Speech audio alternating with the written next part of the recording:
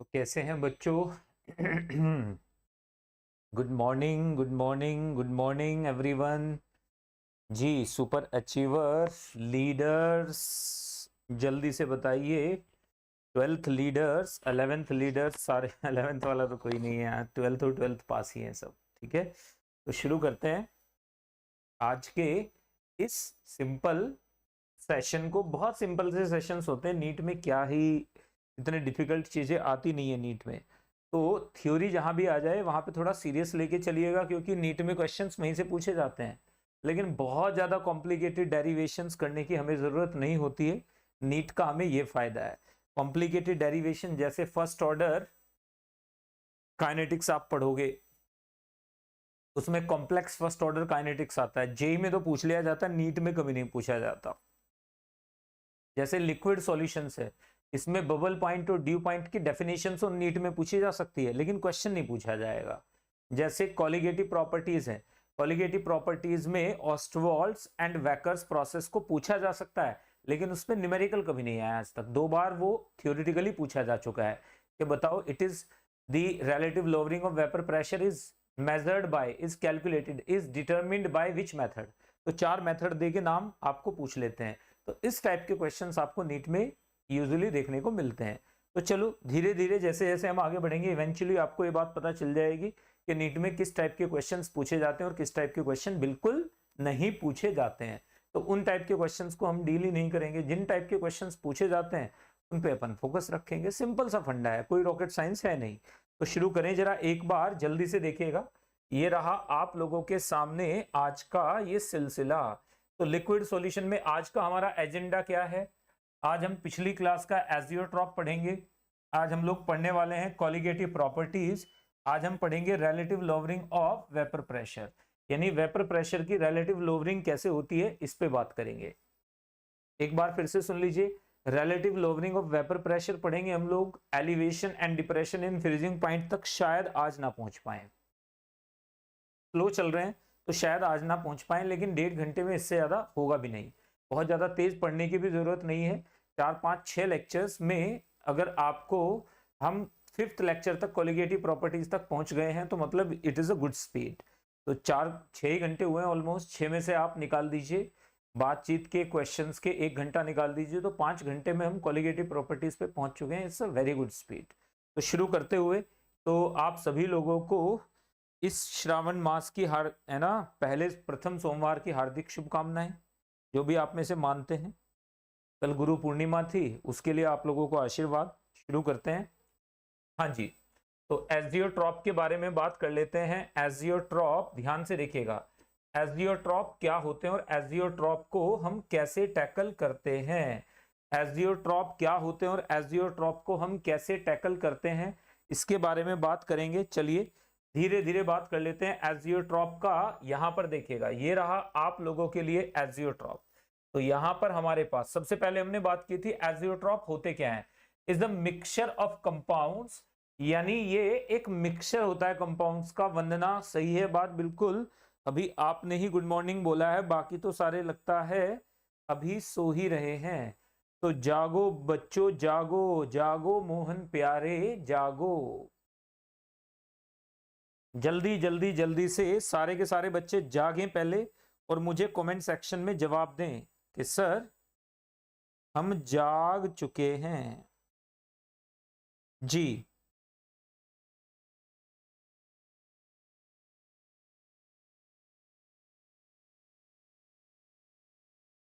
जल्दी से Vandana good morning again, very good morning. इसके अलावा और जो भी आप में से हैं,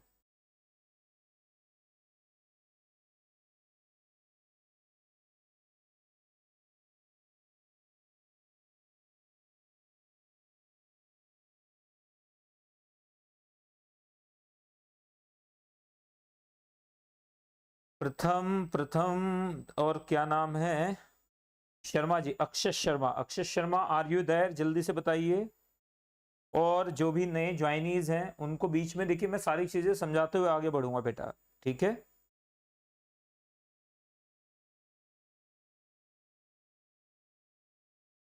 चलिए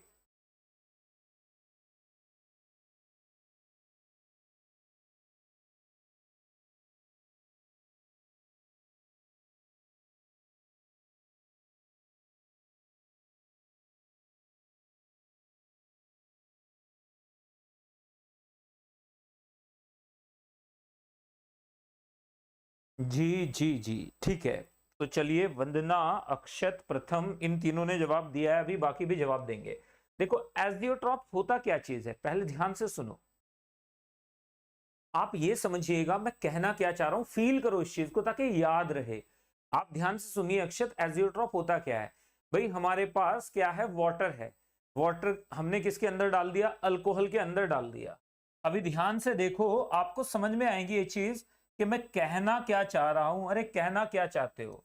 ये हमारे पास वाटर है और ये हमारे पास इथाइल अल्कोहल है।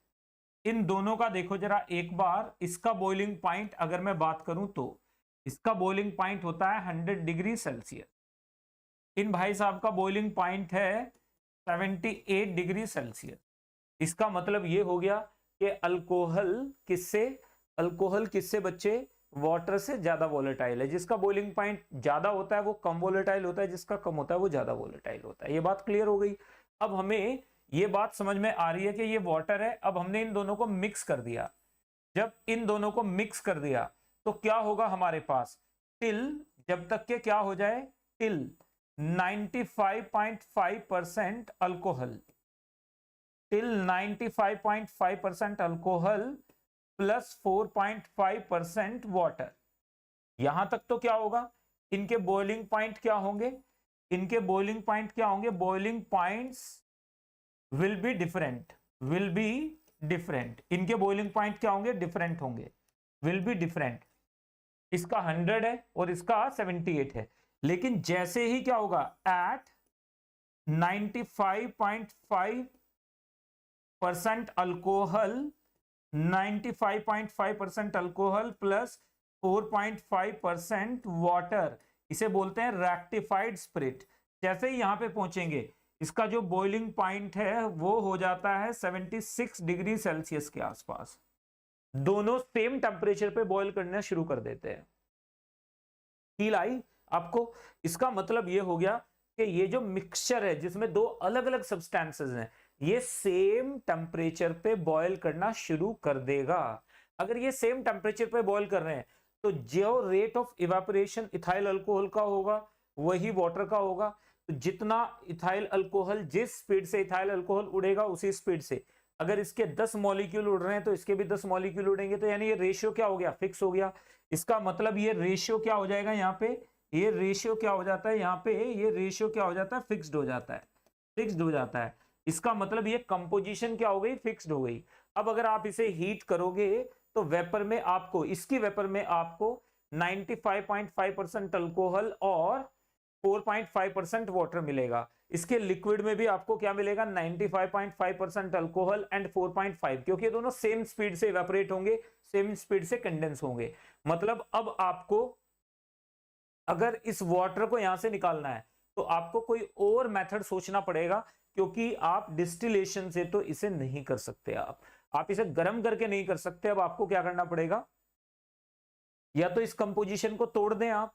अगर ये कंपोजिशन टूट जाएगी तो ऑटोमेटिकली एजियोट्रॉप बचेगा नहीं। लेकिन या फिर आप क्या करें, आप स्टेप वाइज छोटे छोटे पार्ट में क्या करेंगे, यहाँ पे दूसरे डिस्टिलेशन करें, वैक्यूम डिस्टिलेशन वगैरह वगैरह, और बहुत सारी चीजें हैं। लेकिन यहाँ पर आप फ्रैक्शनल डिस्टिलेशन या डिस्टिलेशन नाम की चीज नहीं कर सकते हैं। स्पेशली डिस्टिलेशन तो बिल्कुल भी काम नहीं करेगा। तो ऐसे मिक्सचर को कहते हैं एजियोट्रॉप। तो अब देखो डेफिनेशन बिल्कुल क्लियर है, यानी that mixture in which at a certain composition, that mixture in which at a certain composition all components boil at the same temperature without undergoing any change in the composition of liquid or vapor, this is called azeotrope। देखो कितनी simple definition है, यानी वो mixture जिसमें without undergoing any compositional change, mixture क्या करता है, boil करता है। और ये बॉइलिंग पॉइंट क्या होगा, देखो इसका बॉइलिंग पॉइंट कितना था, इसका बॉइलिंग पॉइंट 100 था, इसका बॉइलिंग पॉइंट कितना है 78, इसका बॉइलिंग पॉइंट कितना है, दोनों से कम, दोनों से कम है तो इसे बोलेंगे मिनिमम बॉइलिंग एजियोट्रॉप। अगर बॉइलिंग पॉइंट ऑफ एजियोट्रॉप दोनों से कम हो जाए तो इसे बोलेंगे मिनिमम बॉइलिंग एजियोट्रॉप। अगर दोनों से ज्यादा हो जाए तो क्या बोलेंगे, मैक्सिमम बॉइलिंग एजियोट्रॉप। क्या उसका भी एग्जाम्पल है, उसका भी एग्जाम्पल है, जरा ध्यान से देखिएगा। ये बात बिल्कुल क्लियर है तो मुझे एक बार कमेंट सेक्शन में लिख के बताइए। प्रथम, वंदना, चलिए दीक्षा भी आ चुके हैं। दीक्षा जल्दी से बताइए, क्लियर है ना बात? बिल्कुल यहां तक की चीज बिल्कुल क्लियर है आपको? तो ये आप लोगों के लिए बहुत आसान सी चीजें हैं। तो देखो इसका बॉइलिंग पॉइंट ये था, इसका बॉइलिंग पॉइंट ये था, दोनों का इस कंपोजिशन पे ये बॉइलिंग पॉइंट हो गया। तो इसे बोलते हैं एजियोट्रॉपिक कंपोजिशन, और इस पूरे के पूरे मिक्सचर को बोलते हैं एजियोट्रॉप या एजियोट्रॉप, जो भी आप बोलना चाहें, आपकी प्रोनाउंसिएशन के ऊपर है उसमें, ठीक है ना, कोई ज्यादा मेरा रोल है नहीं। तो कुछ लोग इसे एजियोट्रॉप भी कहते हैं। अब देखो दूसरा एग्जांपल देखो, मैं आपको दूसरा एग्जांपल भी देता हूं ताकि आपको, तो ये एजियोट्रॉप कौन सा हो जाएगा? मिनिमम बॉइलिंग एजियोट्रॉप हो जाएगा। अब मैं अगर आपको मैक्सिमम बॉइलिंग एजियोट्रॉप बताऊं, तो मैक्सिमम बॉइलिंग एजियोट्रॉप भी देखो, ये वाटर है हमारे पास, वाटर का बॉइलिंग पॉइंट कितना है? वाटर का बॉइलिंग पॉइंट है 100 डिग्री सेल्सियस। ये हमारे पास क्या है? HCl। HCl का बॉइलिंग पॉइंट कितना है? HCl का बॉइलिंग पॉइंट तो माइनस में, नेगेटिव में है। HCl का बॉइलिंग पॉइंट तो क्या है? नेगेटिव में, -X डिग्री सेल्सियस है। मतलब HCl तो लिक्विड होता ही नहीं है। -89, यानी ये लगभग कितने पे जाएगा? लगभग 150 के, मतलब 120 के आसपास का इसका माइनस में होता है। तो मतलब ये गैस होती है रूम टेम्परेचर पे।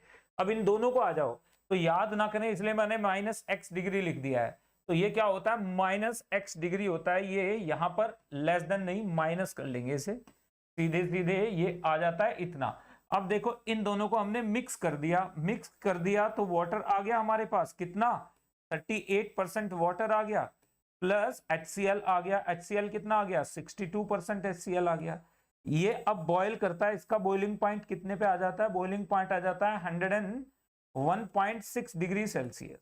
तो देखो इससे भी ज्यादा हो गया, इससे भी ज्यादा हो गया, तो इसे बोलेंगे maximum boiling azeotrope. Maximum boiling azeotrope बोलेंगे। This is called maximum boiling azeotrope या एजियोट्रॉप। तो मैक्सिमम बॉइलिंग एजियोट्रॉप भी बोल सकते हैं, और इसे सिंपल एजियोट्रॉप भी बोल सकते हैं। अब ये दोनों सेम टेम्परेचर पे बॉयल करना शुरू कर गए, मतलब इसके बाद HCl को वाटर में से और वाटर को HCl में से निकालना, इसके बाद और HCl की कॉन्सेंट्रेशन बढ़ाना नामुमकिन है इस मेथड से। तो दूसरे मेथड होंगे, लेकिन एजियोट्रॉप सिर्फ डिस्टिलेशन के लिए लगता है। तो याद रखिएगा, इसे कहते हैं मैक्सिमम बॉइलिंग एजियोट्रॉप। एक चीज आपने नोटिस की कि ये दोनों मिलके, ये प्लस ये दोनों मिलके क्या दे रहे हैं? ये नेगेटिव डेविएशन दे रहे हैं। नेगेटिव क्या है? Ideal negative deviation from Raoult's law.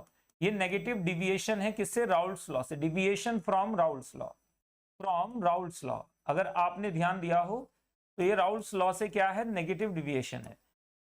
इसका मतलब जो नेगेटिव डिविएशन देते हैं, जो मैक्सिमम बॉइलिंग एजियोट्रॉप होते हैं, वो नेगेटिव क्या होते हैं? नॉन आइडियल सॉल्यूशंस होते हैं।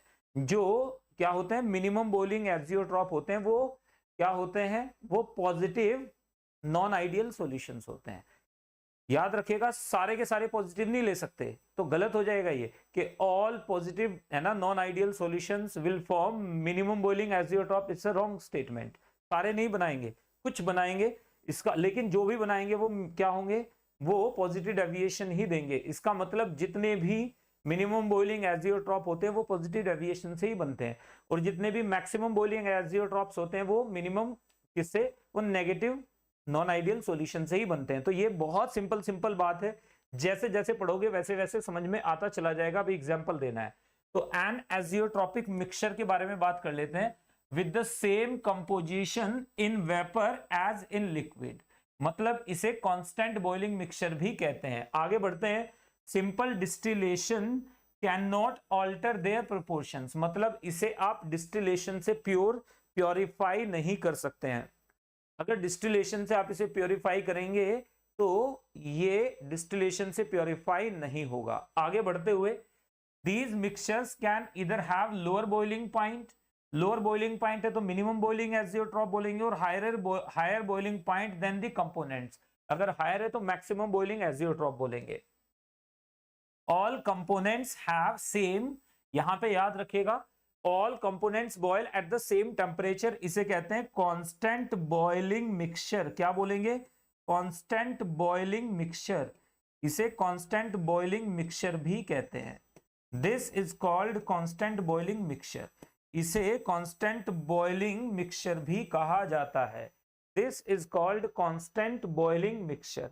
इजी पीजी है, लेमन स्क्वीजी है बिल्कुल। अगर कहीं कोई आपको पॉइंट समझ में नहीं आ रहा है तो आप मेरे साथ शेयर कर सकते हैं।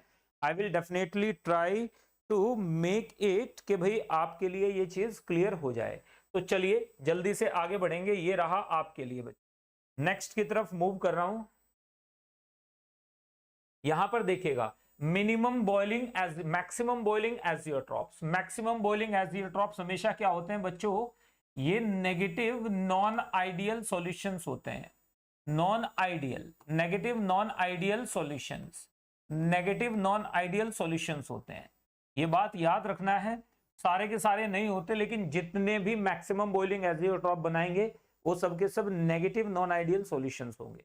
एग्जांपल ले लो, जैसे कि CHCl3 plus acetone negative non ideal solution है। CHCl3 plus benzene negative non ideal solution है।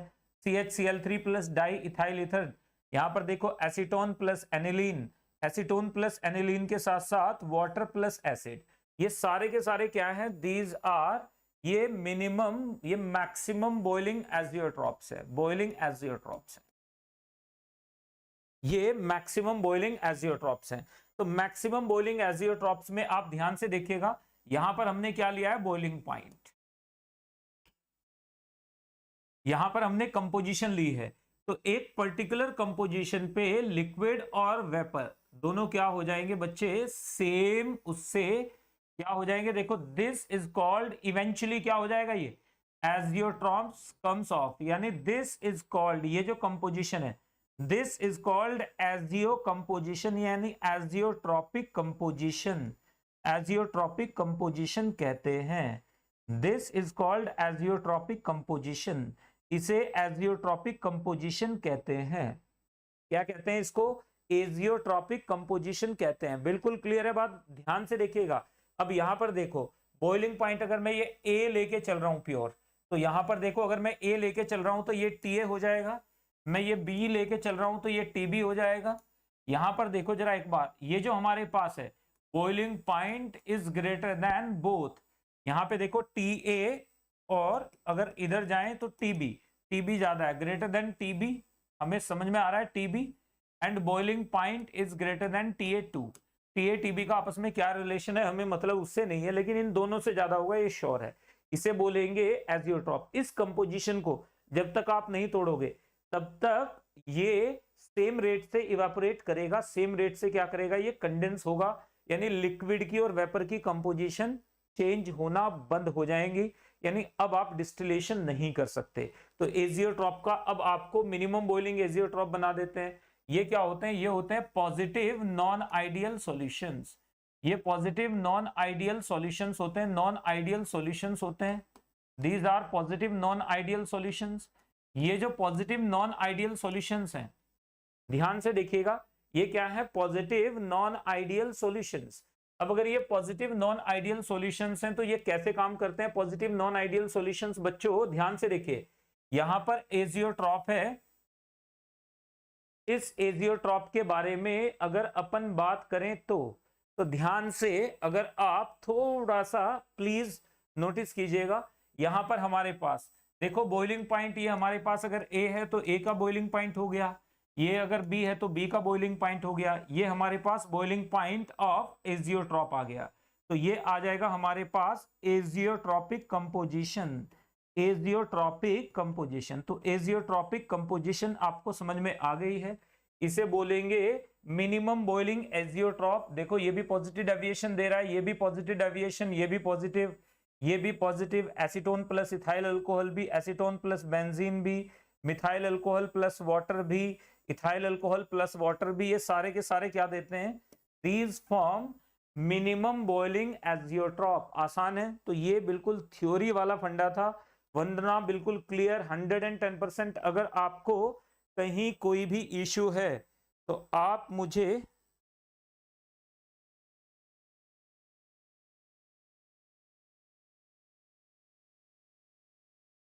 बताइए जल्दी से।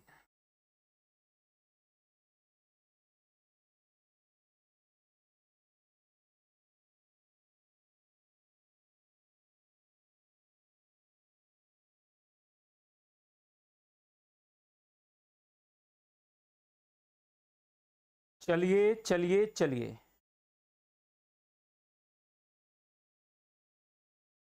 अब यहां से आगे बढ़ जाएंगे अपन। जल्दी जल्दी जल्दी से देखिएगा, छोटी छोटी चीजें हैं जिन पे हमें फोकस करना है। अब हम नेक्स्ट की तरफ मूव करेंगे बच्चों। ये रहा आपके लिए लिक्विड सॉल्यूशंस में। अब थोड़ा सा संभल के रहिएगा, क्योंकि यहीं से प्रॉब्लम स्टार्ट होती है। एक्चुअली प्रॉब्लम कहां से स्टार्ट होती है? यहीं से प्रॉब्लम स्टार्ट होती है। अब मैं आपको एक क्वेश्चन दे रहा हूं, जल्दी से मुझे सॉल्व करके बताएंगे। देखो, आसान सा क्वेश्चन है सबके लिए। आसान सा क्वेश्चन क्या है? 10 मोल्स ऑफ ए, ब्रैकेट में P naught A equals to 100 torr, and 10 moles of B, P naught B is equal to दिया हुआ है 900 टॉर,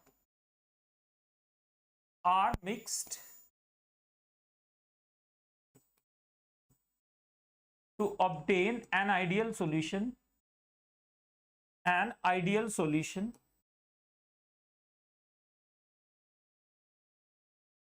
ideal solution, ठीक है ना, at equilibrium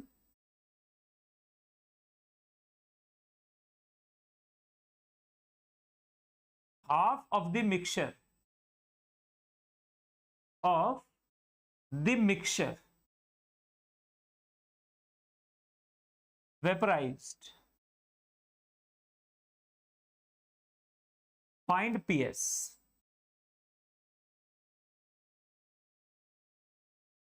find PS equals to what?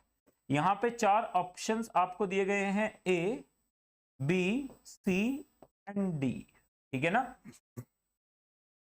A हमें दिया हुआ है 450 टॉर, B हमें दिया हुआ है 500 टॉर,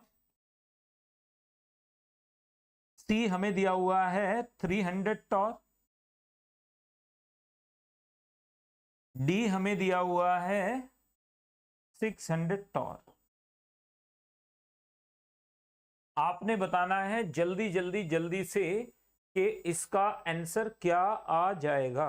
ये रहा आपके लिए पोल। बढ़िया क्वेश्चन है, तो टाइम तो लगेगा। ये रहा टाइम आपके लिए। चलिए जल्दी से बताइएगा, सोच समझ के जवाब देंगे। आप लोगों के लिए ये थोड़ा सा क्रूशियल हो सकता है, तो थोड़ा सोच समझ के जवाब दीजिएगा। मैं सबके ऑप्शंस यहां पर देख रहा हूं।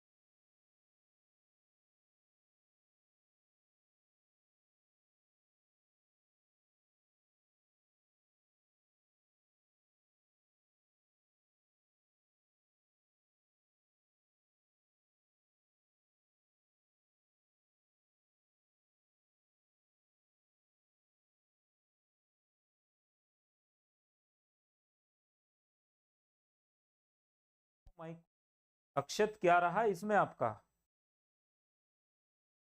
बताइए मुझे फटाफट से।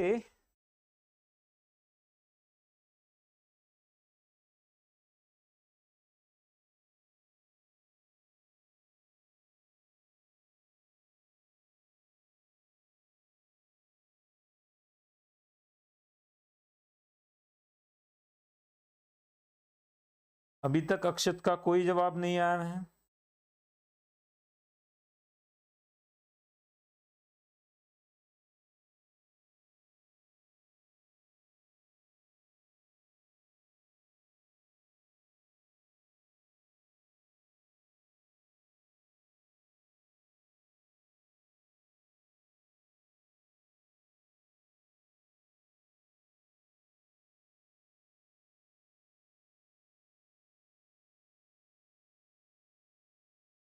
बताएं बताएं 5, अरे वाह, दिस इज कॉल्ड, इसे कहते हैं, देखो अक्षत ने सीधे सीधे P naught X A minus P naught B X B. ध्यान से देखो अक्षत, इस कंडीशन में आप प्लीज एक बार नोट करो, यहां पर देखिएगा ये हमारे पास मिक्सचर है, यहां पर अभी फिलहाल ध्यान से देखना, अभी हमारे पास यहां पर कितने हैं 10 मोल ए के हैं, मोल किसके हैं ए के हैं, प्लस 10 मोल किसके हैं बी के हैं, 10 मोल किसके हैं बी के हैं, ए और बी दोनों के 10-10 मोल्स हैं। क्लियर है, अभी वेपर में कुछ नहीं है, थोड़ी देर के बाद क्या हो गया, इवेपोरेट हो गया। इवेपोरेट होने के बाद अब आप देखिएगा, अब आपको इस आंसर पे थोड़ा सा लगेगा कि मैंने क्या आंसर कर दिया, ये थोड़ा सा नूब टाइप का आंसर हो गया। इधर देखिएगा यहां पर कितने बचे 10 मोल बचे किसके, 10 मोल बचे किसके ए प्लस बी के, और यहाँ पे इवेपोरेशन के बाद यहाँ पर भी कितने हैं 10 मोल हैं किसके ए प्लस बी के, ए प्लस बी के 10 मोल हैं, ए प्लस बी के 10 मोल हैं। तो क्या ए और बी सेम रेट से इवेपोरेट होंगे, नहीं, हमें साफ साफ दिख रहा है कि P naught B is greater than P naught ए, इसका मतलब यहां पर बी ज्यादा होगा, यहां पर बी कम होगा, यहां पर ए ज्यादा होगा, यहां पर बी कम होगा। इसका मतलब मोल फ्रैक्शन तो आप ले ही नहीं सकते बराबर, मोल फ्रैक्शन तो निकालना पड़ेगा आपको। अगर मोल फ्रैक्शन निकालना पड़ेगा, अगर मोल फ्रैक्शन निकालना पड़ेगा तो फिर तो यहां पर ये आपको समझ में आ जाना चाहिए कि मोल फ्रैक्शन निकाल के करना पड़ेगा इसे सॉल्व। 500 टॉर नहीं ले सकते, 500 तो इनिशियल, अगर आप इनिशियल मोल फ्रैक्शन ले रहे हैं तो 500 अभी तो ये इवेपोरेट कर गए, हमें तो इक्विलिब्रियम पे निकालना है, ये इक्विलिब्रियम है। यहां पे लगेगा राउल्ट्स लॉ, यहां पे लगाओगे राउल्ट्स लॉ, यहां पे क्या लगेगा RAOULTS, राउल्ट्स लॉ कहां पे लगाएंगे, राउल्ट्स लॉ लगाएंगे यहां पर, तो राउल्ट्स लॉ हम कहां पे लगाएंगे, यहां पर राउल्ट्स लॉ लगाएंगे। क्लियर है बात बिल्कुल, राउल्ट्स लॉ अपना कहां पे लगेगा, राउल्ट्स लॉ अपना लगेगा यहां पर, ना कि यहां पर। क्लियर है, राउल्ट्स लॉ कहां पे लगेगा, यहां पर लगेगा। तो इजी पीजी लेमन स्क्वीजी, बताइए मुझे जल्दी से ये बात अगर आपको क्लियर है। राउल्ट्स लॉ यहां पर लगाना है, यहां पर राउल्ट्स लॉ नहीं लगा सकते आप, ठीक है, यहां पर लगा दिया आपने राउल्ट्स लॉ तो गलत ही हो गया, क्योंकि यहां पे नो इक्विलिब्रियम, यहां पे कोई इक्विलिब्रियम नहीं है, यहां पर कोई इक्विलिब्रियम नहीं है, तो वेपर प्रेशर डिफाइंड ही नहीं है। तो अब बताओ जरा, अभी भी सोच के बताइए, 2 मिनट मैंने आपको दिए थे, 2 मिनट मैंने आपको दिए थे।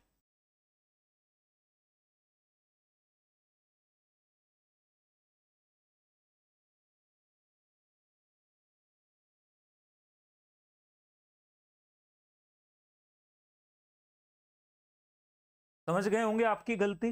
तो इस केस में आपने क्या करना है, इस केस में देखो मजा आएगा आपको ऐसे क्वेश्चन सॉल्व करने में। इस केस में ट्रिक तो ये है, अगर आपको ट्रिक चाहिए तो ट्रिक तो मैं आपको सीधे बता देता हूं।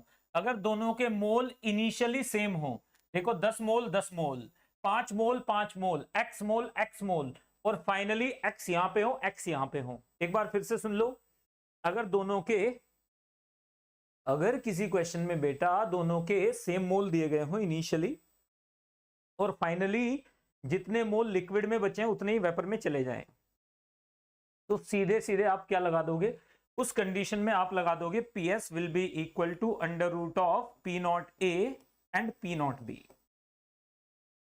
क्या आ जाएगा, PS will be equal to 300 torr, this will be the answer. तो 1 मिनट लगेगा, यानी आप देखो 10 सेकंड में आप आंसर ला सकते हो, 10 सेकंड में आंसर, और वो भी सही। और आप किसी से करवा के देख लेना, ये ऐसे ही सॉल्व नहीं होगा। तो आप लोगों को ये छोटी छोटी चीजें समझनी है। ये छोटी छोटी चीजें अगर आप समझ गए तो ही बात बनेगी। अगर आप ये छोटी छोटी चीजें नहीं समझ रहे हैं तो फिर तो फंस जाएगा मामला। तो मुझे जल्दी से एक बार बताओ फटाफट से कि ये बात आपको बिल्कुल क्लियर कि नहीं क्लियर। ये मैं बताऊं कहां से आया या आप इसे याद कर लोगे? दिस इज ट्रिक, ये ट्रिक है। बताएं जरा एक बार, सभी का गलत है। लगभग 3 लोगों ने बोला है 500, एक ने बोला है 450, सभी का गलत है। अगर सभी का गलत है तो फिर तो टेंशन लेने की बात ही नहीं है। टेंशन फिर क्यों ही लेंगे।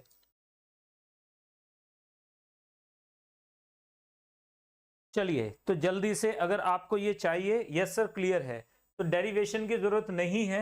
ये ट्रिक याद रखिएगा। अगर डेरिवेशन चाहिए तो मैं बता दूंगा कि ये कहां से आया, तो बताना है ये कहां से आया या ये हो जाएगा। आपको ये बताना है कि ये P naught A P naught B under root कहां से आया, या आपको ये बात समझ में आ चुकी है बच्चे? जी फटाफट से चलो। तो जैसे ही आप कमेंट करेंगे तो मैं आगे आपको बता दूंगा ये कहां से आया।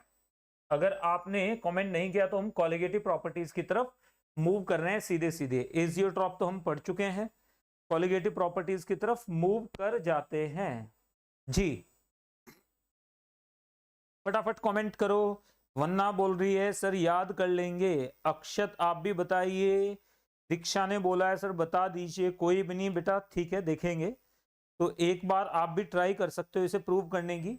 आप भी सीधे राउल्ट्स लॉ ही लगेगा और डेल्टन्स लॉ लगेगा, दो ही तो चीजें लगनी है यहाँ पे। तो नॉलेज के लिए बता दीजिए, ये बोल रहा है अक्षत।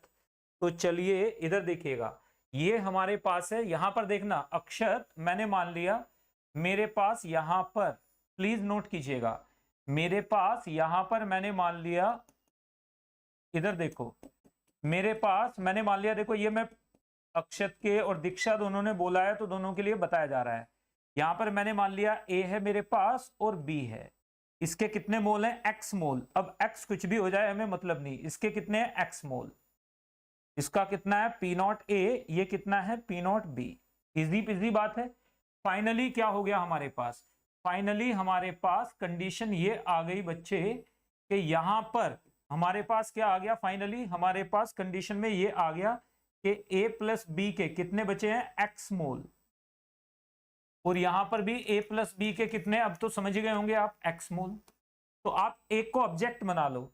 मैंने मान लिया मेरे पास b को ऑब्जेक्ट बना लिया, तो b के कितने थे हमारे पास बच्चे? यहां पर मैंने मान लिया b के कितने थे, b के कितने इवेपोरेट कर गए, हमने मान लिया let the moles of b evaporated, moles of b evaporated, b कितना?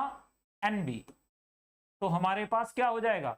हमारे पास हो जाएगा, ध्यान से देखो, हमारे पास अगर NB है तो अगर B के NB मोल तो हमारे पास क्या आ जाएगा? हमारे पास XB क्या आ जाएगा? यहाँ पे XB इज इक्वल टू आ जाएगा X minus NB upon X। Clear है बात बिल्कुल?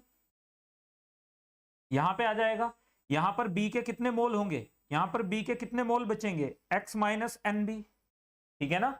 B के X माइनस NB बचेंगे और टोटल कितने हैं? X। तो हमारे पास क्या हो जाएगा? ये आ गया मोल फ्रैक्शन। ये आ गया अगर हमारे पास मोल फ्रैक्शन, तो XB की वैल्यू भी पुट कर लेते हैं। चलिए XB की वैल्यू हम पुट करेंगे तो हमारे पास यहां से कितना आ जाएगा? XB इज इक्वल टू आ गया 1 माइनस NB अपॉन X। ये आ गई इक्वेशन 1। अगर इसमें किसी को डाउट है तो बोलो यस, अगर डाउट नहीं है तो बोलो नो। तो चलिए जल्दी से आगे बढ़ते हुए दूसरे में आ जाओ। ये तो आ गया किसके लिए? लिक्विड के लिए। अब वेपर पे चलते हैं। अब जरा एक बार वेपर पे चलो। वेपर के लिए हमारे पास डेल्टन्स लॉ लगेगा।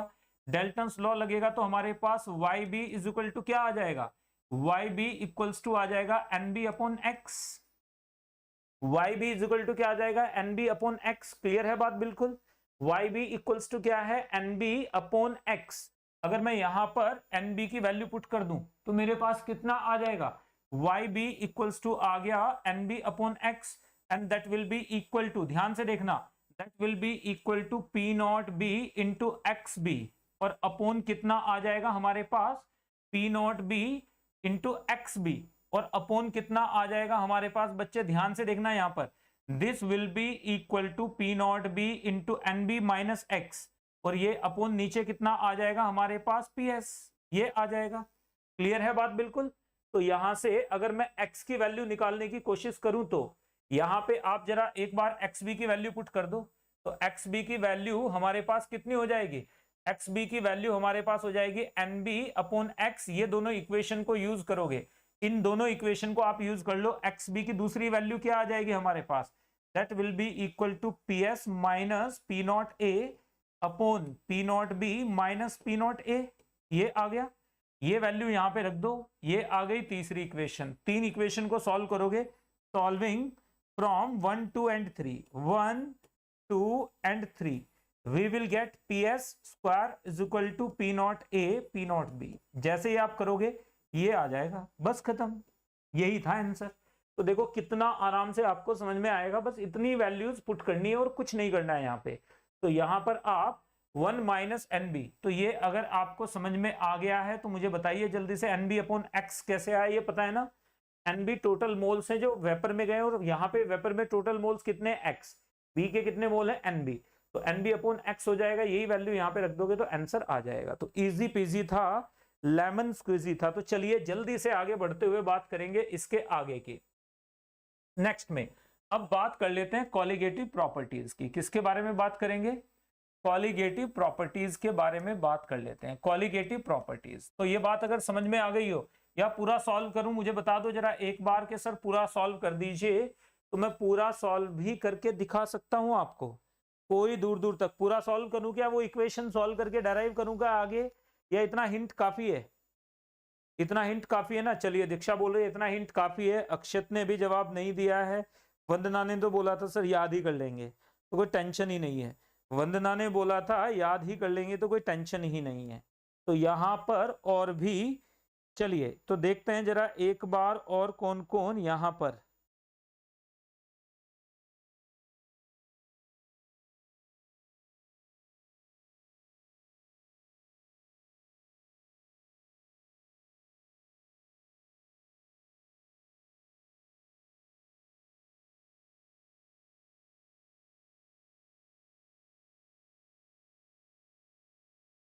जी बच्चे बताइए जल्दी से।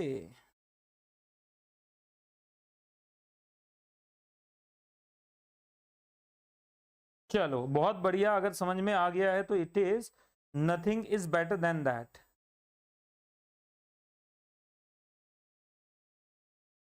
जी तो यहां से देखिएगा नेक्स्ट की तरफ मूव कर रहे हैं, कॉलिगेटिव प्रॉपर्टीज।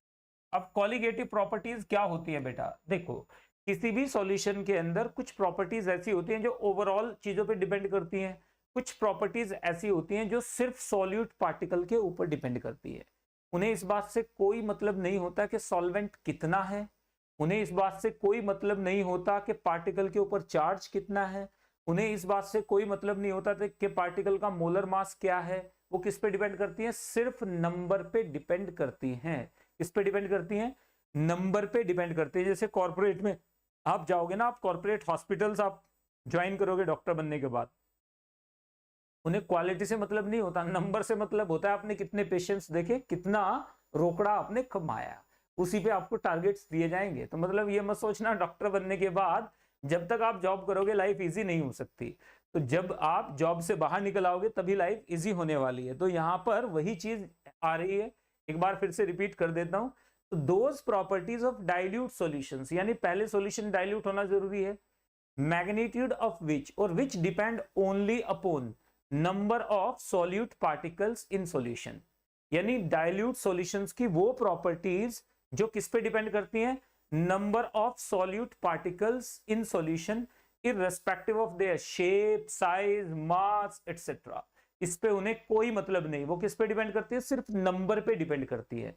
नंबर कितना है बस उस पे डिपेंड करेंगी, दैट इज कॉल्ड, जैसे नीट में सिलेक्शन, आपको कितना आता है या नहीं आता है इससे कोई मतलब नहीं है, सिर्फ नंबर पे डिपेंड करता है। तो इसका मतलब selection in NEET is a colligative property, selection in NEET is a colligative property.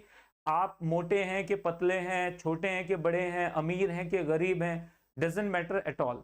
किस बात पे डिपेंड करता है, नंबर पे डिपेंड करता है, नंबर पे। तो नीट में selection is a colligative property. अगर मेरी बात समझ में आई हो, अब इससे बढ़िया तो और क्या ही एग्जाम्पल आपको दिया जाए। तो चलो जरा एक बार 1 बाय 1 लेकर चलते हैं चीजों को, और एक बार पढ़ लेते हैं इसे डिटेल में। जरा 1 सेकंड दीजिएगा, माइक फंस रहा है ये। हाँ जी, तो कॉलिगेटिव प्रॉपर्टीज क्या होते हैं? यहां पर देखिएगा, those properties of dilute solutions, यहां पर मैं लिख रहा हूं those properties of dilute solutions, of dilute solutions, those properties of dilute solutions which depend only upon, किस पे डिपेंड करती हैं?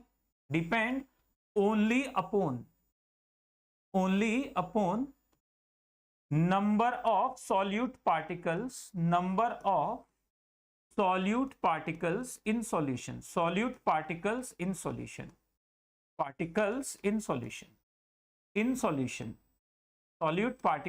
solution, irrespective of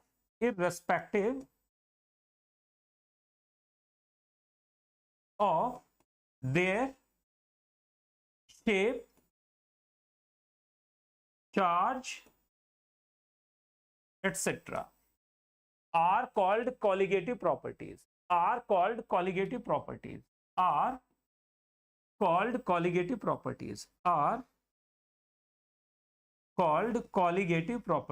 इन्हें colligative properties कहते हैं। are called colligative properties,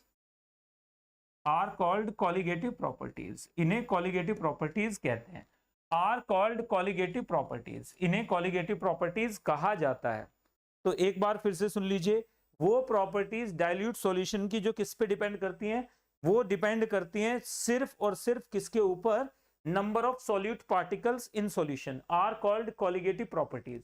तो कॉलिगेटिव प्रॉपर्टीज आप लोगों के लिए बड़ा इजी पीजी है, लेमन स्क्वीजी है, समझ में आ गया? अब देखो कॉलिगेटिव प्रॉपर्टीज में क्या होना जरूरी है बच्चों, याद रखिएगा। सबसे पहले क्या होते हैं? सबसे पहले याद रखिएगा, only dilute solutions show colligative properties, याद रखिएगा, show colligative properties। colligative properties कौन शो करता है? सिर्फ dilute solutions ही शो करते हैं। show colligative properties क्या शो करते हैं? colligative properties सिर्फ dilute solutions ही शो करते हैं। दूसरे पॉइंट में आ जाइए, दे शो colligative properties। दूसरे पॉइंट पे अगर अपन बात करें तो याद रखेगा, only dilute solutions show colligative properties.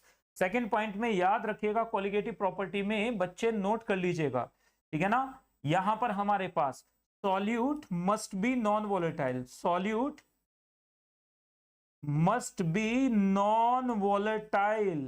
Non volatile solute होना जरूरी है, तभी कॉलिगेटिव प्रॉपर्टीज होंगे with respect to the solvent.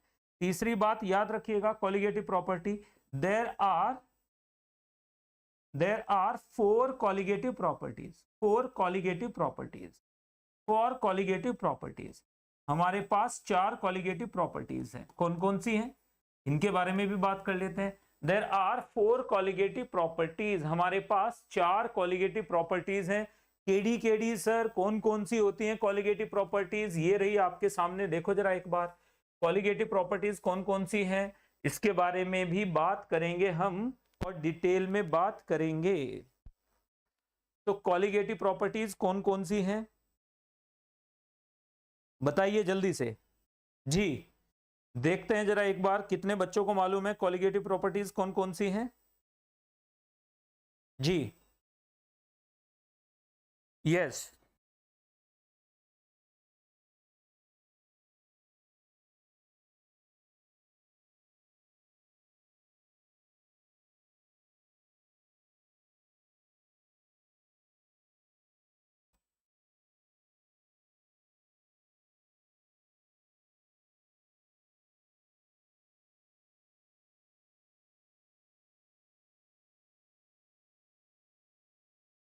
Concentrated solution में कॉलिगेटिव प्रॉपर्टी का मतलब ही नहीं बचेगा ना। आप समझिएगा, जैसे ही सॉल्यूशन बहुत ज्यादा कॉन्सेंट्रेटेड होगा तो उसमें दूसरे फैक्टर्स की कंसिडरेशन हो जाएंगे, क्योंकि हम जो पढ़ रहे हैं अभी वो डाइल्यूट सॉल्यूशंस पढ़ रहे हैं। We are not studying concentrated solutions.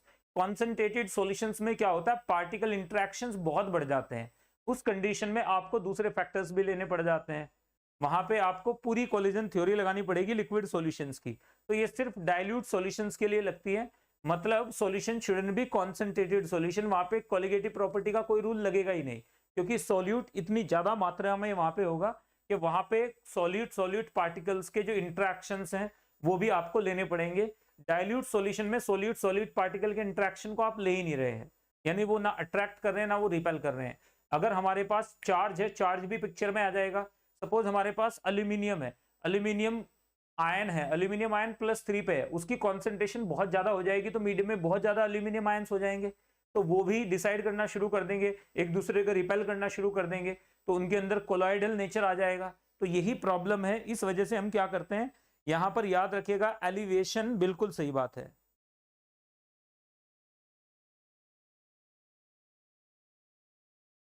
अब जल्दी से आगे बढ़ते हुए यहां पर देखिएगा, अगर मैं कॉलिगेटिव प्रॉपर्टीज की बात करूं, अगर मैं किसकी बात करूं बच्चे, कॉलिगेटिव प्रॉपर्टीज की बात करूं, कॉलिगेटिव प्रॉपर्टीज की बात करूं तो कॉलिगेटिव प्रॉपर्टीज की बात करूं तो हमारे पास कॉलिगेटिव प्रॉपर्टीज में 4 कॉलिगेटिव प्रॉपर्टी हैं।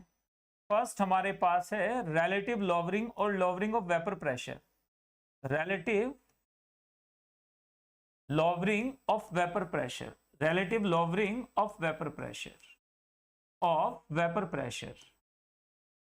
दूसरा हमारे पास क्या है, second elevation in boiling point. याद रखिएगा पहले एलिवेशन पढ़ना फिर डिप्रेशन पढ़ना, इजी रहेगा।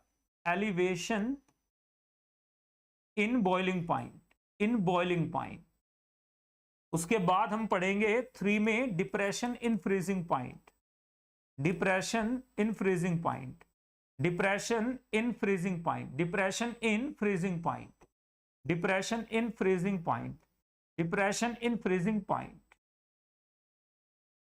बहुत ज्यादा डाइल्यूट में हाइड्रेशन एनर्जी का कोई मतलब नहीं है, कॉन्सेंट्रेटेड में हाइड्रेशन एनर्जी भी आपको पिक्चर में लेनी पड़ेगी बहुत ज्यादा, तो ये आपको बहुत सारे। और लास्ट में आ जाता है हमारे पास 4th में osmotic pressure, osmotic pressure. 4th में क्या आ जाता है, ऑस्मोटिक प्रेशर। ऑस्मोटिक प्रेशर को डिनोट करते हैं पाई से, डिप्रेशन इन फ्रीजिंग पॉइंट को डिनोट करते हैं डेल टीएफ से, डेल टीएफ से। हमारे पास एलिवेशन इन बॉइलिंग पॉइंट को डेल टीबी से डिफाइन करते हैं और इसे बोलते हैं हम आरएलवीपी। क्या बोलते हैं, आरएलवीपी बोलते हैं। तो यहां पर आपको बहुत छोटी छोटी चीजें हैं, ये 4 कॉलिगेटिव प्रॉपर्टीज हैं, चारों की चारों कॉलिगेटिव प्रॉपर्टी आप ध्यान से देखिएगा, चारों की चारों कॉलिगेटिव प्रॉपर्टी अब हमारे पास इजी पीजी लेमन स्क्वीजी।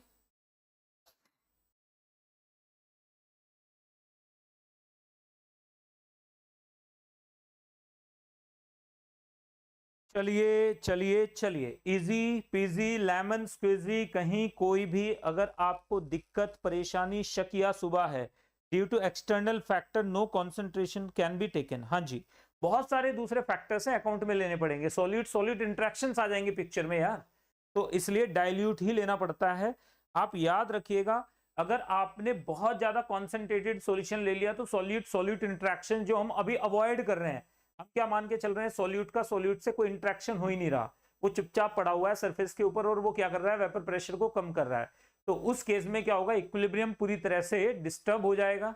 याद रखिएगा सरफेस को वो इतनी तरह से क्या कर लेंगे, अगर बहुत ज्यादा कॉन्सेंट्रेटेड होगा तो एक तो वेपर प्रेशर इतना डाई डाउन कर जाएगा कि सारी कॉलिगेटिव प्रॉपर्टी का मैग्नीट्यूड ही खत्म हो जाएगा, उनका जो मैग्नीट्यूड है वो कम हो, मतलब वेपर प्रेशर इतना कम हो जाएगा कि आप उसे मेजर करना बड़ा मुश्किल पड़ जाएगा, वेपर प्रेशर को मेजर करना ही बड़ा मुश्किल हो जाएगा। तो कॉलिगेटिव प्रॉपर्टीज इनसिग्निफिकेंट होती चली जाती हैं जैसे जैसे कॉन्सेंट्रेटेड सॉल्यूशन की तरफ अपन जाते हैं। तो यहां पर देखिएगा relative lowering of vapour pressure. अब ये तो आ गया हमारे पास पार्टिकल्स के ऊपर कॉलिगेटिव प्रॉपर्टीज। अब कॉलिगेटिव प्रॉपर्टीज में ध्यान से देखिएगा, कॉलिगेटिव प्रॉपर्टीज को पढ़ने से पहले कॉलिगेटिव प्रॉपर्टीज को पढ़ने से पहले आपको सॉल्यूट भी देखना है। अगर हमारे पास बच्चों सॉल्यूट है, अगर सॉल्यूट क्या है, नॉन इलेक्ट्रोलाइट, अगर सॉल्यूट क्या है, नॉन इलेक्ट्रोलाइट, सॉल्यूट कौन सा है, नॉन इलेक्ट्रोलाइट, तो अलग प्रॉपर्टीज होंगी। और अगर सॉल्यूट क्या हो जाए, इलेक्ट्रोलाइट, मतलब टूट जाए, तो याद रखना है कॉलिगेटिव प्रॉपर्टीज फर्दर दो तरह की हो जाती है। इन्हें कहते हैं, अगर नॉन इलेक्ट्रोलाइट है तो इन्हें कहते हैं नॉर्मल कॉलिगेटिव प्रॉपर्टीज। क्या बोलते हैं इन्हें, नॉर्मल कॉलिगेटिव प्रॉपर्टीज। क्या बोलते हैं, normal colligative properties, normal colligative properties. याद रखिएगा, अगर सॉल्यूट टूट जाए तो क्या बोलेंगे, नॉर्मल कॉलिगेटिव प्रॉपर्टीज को। अब के बाद में क्या बोलूंगा, एनसीपी। और इलेक्ट्रोलाइट है मतलब डिसोसिएशन एसोसिएशन होगा, यहां पर क्या हो जाएगा, डिसोसिएशन हो जाएगा, या फिर क्या हो जाएगा, एसोसिएशन हो जाएगा। तो उस कंडीशन में इन्हें बोलेंगे अबनॉर्मल कॉलिगेटिव प्रॉपर्टीज। क्या बोलेंगे, अबनॉर्मल कॉलिगेटिव प्रॉपर्टीज। क्या बोलेंगे, abnormal colligative properties, abnormal colligative properties बोलेंगे। तो याद रखिएगा प्रॉपर्टीज, तो आपको सबसे पहले तो ये पढ़ना है कि ये जो सॉल्यूट भाई साहब हैं, ये इलेक्ट्रोलाइट हैं या ये इलेक्ट्रोलाइट नहीं है। ये सॉल्वेंट पे भी डिपेंड कर जाएगा, क्योंकि अगर NaCl को पानी में डालोगे तो टूट जाएगा, बेंजीन में डालोगे तो नहीं टूटेगा। इसका मतलब सॉल्वेंट डिपेंडेंट भी हो गया, तो आपको सॉल्वेंट भी चेक करना पड़ेगा। अगर आपने क्या किया है, अगर आपने किसको बच्चे, कैम्फर को पानी के अंदर डाला है तो घुलेगा ही नहीं, बेंजीन के अंदर घुलेगा। अगर हमने यहाँ पर, यानी अगर आप एसिडिक एसिड ले रहे हो, अगर एसिडिक एसिड को आपने बेंजीन के अंदर ले लिया तो एसोसिएशन हो जाएगी, और अगर पानी के अंदर लिया तो डिसोसिएशन हो जाएगी। तो ये तो पंगे वाली बात हो गई। तो आपको सबसे पहले सॉल्यूट का नेचर चेक करना पड़ेगा, उसके बाद कॉलिगेटिव प्रॉपर्टीज पे जाइए। एक बार फिर से बोल रहा हूं, सबसे पहले हम क्या करेंगे, सॉल्यूट के नेचर को चेक करेंगे, उसके बाद कॉलिगेटिव प्रॉपर्टीज की तरफ जाएंगे। सॉल्यूट अगर नहीं टूट रहा है, जैसे कि ग्लूकोज, फ्रक्टोज, सुक्रोज, यूरिया, ये अगर जैसे कि क्या है हमारे पास, यूरिया के अलावा कैम्फर आ जाता है, इसके अलावा और भी कहीं नेफ्थलीन आ जाता है, तो अगर ऐसा है सॉल्यूट जो टूट नहीं रहा है, तो उस कंडीशन में आप क्या बोलोगे, नॉर्मल कॉलिगेटिव प्रॉपर्टीज। और अगर सॉल्यूट टूट रहा हो तो क्या बोलेंगे, अबनॉर्मल कॉलिगेटिव प्रॉपर्टीज बोलेंगे। अगर सॉल्यूट टूट रहा हो तो क्या बोलेंगे, अबनॉर्मल कॉलिगेटिव प्रॉपर्टीज बोलेंगे। Easy PG. यहां पर देखिएगा, ये रहा आपके सामने नेक्स्ट पॉइंट की तरफ।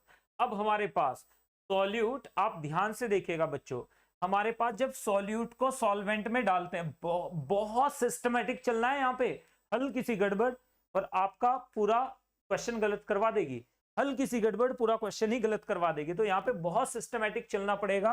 अब हमारे पास ध्यान से देखिएगा, हमारे पास सॉल्यूट पानी के अंदर, तो यहाँ पे बच्चों याद रखिएगा, अब अगर मैं नॉर्मल कॉलिगेटिव प्रॉपर्टीज की बात करूं, अब नॉर्मल कॉलिगेटिव प्रॉपर्टीज की बात करूं, कैसे निकालूंगा मैं उसे, तो यहां पे हमारे पास सबसे पहले क्या आ जाता है, सबसे पहले हमारे पास आ जाता है वेंट हॉफ फैक्टर। यहीं से शुरू होगा, वेंट हॉफ फैक्टर यहां से शुरू होता है बच्चों। आज का लेक्चर सही मायने में यहां से शुरू है। तो पहले आप पढ़ेंगे वेंट हॉफ फैक्टर, इसे डिनोट करते हैं आई से। आई का मतलब क्या है, हमारे पास रेशियो। तो वेंट हॉफ फैक्टर हमारे पास क्या आ जाता है बच्चे, van't Hoff factor I is equal to आ जाता है पार्टिकल्स, पार्टिकल्स ध्यान से देखना, पार्टिकल्स ऑफ सॉल्यूट एडेड, याद रखिएगा, particles of solute added, particles of solute add, particles of solute, ध्यान से, बड़ा इजी पीजी है ये, पार्टिकल्स ऑफ सॉल्यूट प्रेजेंट। क्या लेंगे यहां पे बताओ जरा एक बार, particles of solute present in solution, यानी एन फाइनल, यानी ये क्या आ जाएगा हमारे पास, एन फाइनल अपॉन नीचे क्या आ जाएगा, पार्टिकल्स, यानी पार्टिकल का मतलब मोल्स, आयंस वगैरह, particles of solute added, particles of solute added. तो याद रखिएगा एडेड यानी एन इनिशियल। तो नोट कर लीजिएगा, हमारे पास अगर आई आपको नहीं पता है तो क्वेश्चन में बच्चों आपसे गड़बड़ हो जाएगी। तो आई के पीछे आपने पड़े रहना है, हाथ धो के नहा धो के। तो आई क्या होता है हमारे पास, this is called van't Hoff factor. कोई सॉल्यूट सॉल्यूशन के अंदर एसोसिएट हुआ है, या डिसोसिएट हुआ है, ये कैसे पता चलेगा? आई से पता चलेगा। अगर हमारे पास, मेरे पास एक सॉल्यूशन है, सपोज मेरे पास एक सॉल्यूशन है, यहां पर मैंने कितने पार्टिकल्स डाल दिए? n इनिशियल पार्टिकल्स डाल दिए। सॉल्यूशन के अंदर हमारे पास क्या है? यहां पर कितने पार्टिकल्स प्रेजेंट है? n फाइनल प्रेजेंट है। तो हमने I निकाल लिया, I इज इक्वल टू क्या आ गया? n final upon n initial. अब जरा एक बार देखो, n initial will be equal to, will be inversely proportional to molar mass initial। Molar mass initial का मतलब molar mass normal, molar mass normal के क्या हो जाएगा? इनवर्सली प्रोपोर्शनल होगा। क्यों? क्योंकि मोल्स इज इक्वल टू क्या होते हैं? बताइए जरा एक बार। इज इक्वल टू होते हैं गिवन मास, यानी W अपॉन मोलर मास। अपॉन क्या आता है? Molar mass. समझ में आ गया ना? तो इसका मतलब मोल्स इनवर्सली प्रोपोर्शनल टू क्या हो जाएंगे? मोलर मास हो जाएंगे। मोलर मास के इनवर्सली प्रोपोर्शनल होंगे, ये बात तो हमें क्लियर है। अब हमने क्या किया? अब हमने यहाँ पे I इज इक्वल टू ये लिया, तो आप ध्यान से देखो ये क्या हो जाएगा हमारे पास? This will be molar mass abnormal, abnormal molar mass. तो this will be equal to, please note कीजिएगा, ध्यान से देखना, this will be equal to m normal upon m abnormal. ये भी समझ में आया होगा आपको, m अबनॉर्मल। तो दिस इज I। तो हमें यहां से क्या पता चल रहा है? यहां से हमें पता चल रहा है अगर I ग्रेटर देन 1 है, I अगर ग्रेटर देन 1 है, इसका मतलब डिसोसिएशन हो रहा है। डिसोसिएशन समझ में आ रहा है या नहीं? डिसोसिएशन का मतलब भाई पार्टिकल बढ़ जाएंगे, n फाइनल ज्यादा हो जाएगा या m नॉर्मल ज्यादा होगा m अब नॉर्मल से, तो डिसोसिएशन का केस हो गया। और दूसरे केस में अगर I लेस देन 1 हो जाए, तो इसका मतलब क्या हो गया? एसोसिएशन हो गई।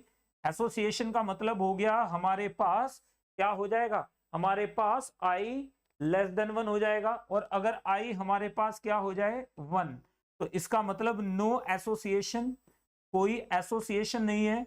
नो डिसोसिएशन, कोई डिसोसिएशन नहीं है, मतलब नॉन इलेक्ट्रोलाइट है। तो याद रखिएगा एसोसिएशन कब होती है, डिसोसिएशन कब होती है, सारी चीजें मैं आपको कराऊंगा, अभी एग्जांपल भी दूंगा। तो यहां तक की बातें अगर समझ में आते, जरा एक बार थम्स अप दीजिए सारे के सारे बच्चे,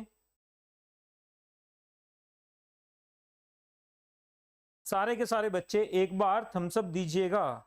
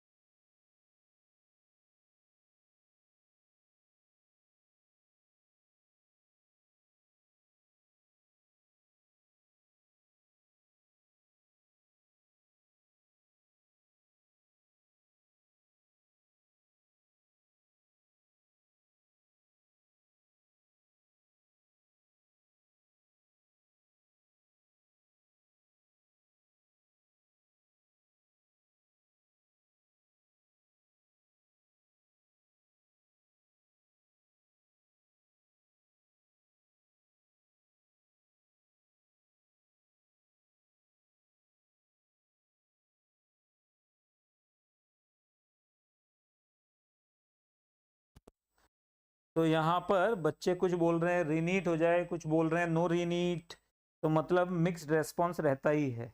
क्या ही करोगे आप इसका? चलो जी, अब ध्यान से देखिएगा, जिन जिन बच्चों ने, अक्षत ने जवाब दे दिया है, थम्स अप दे दिया है, वंदना, दीक्षा, सभी ने थम्स अप दे दिया है। तो चलिए अब जल्दी से आगे बढ़ेंगे। प्रथम ने भी, तो इजी पीजी है। अब देखो सबसे पहले केस में देखो बच्चे, जो हमारे पास आई है, आई की बाद में भी कराऊंगा मैं आपको, अब नॉर्मल कोलिगेटिव प्रॉपर्टीज। तो हमें पता है बच्चे, यहां पर नोट कीजिएगा, हमें क्या पता है?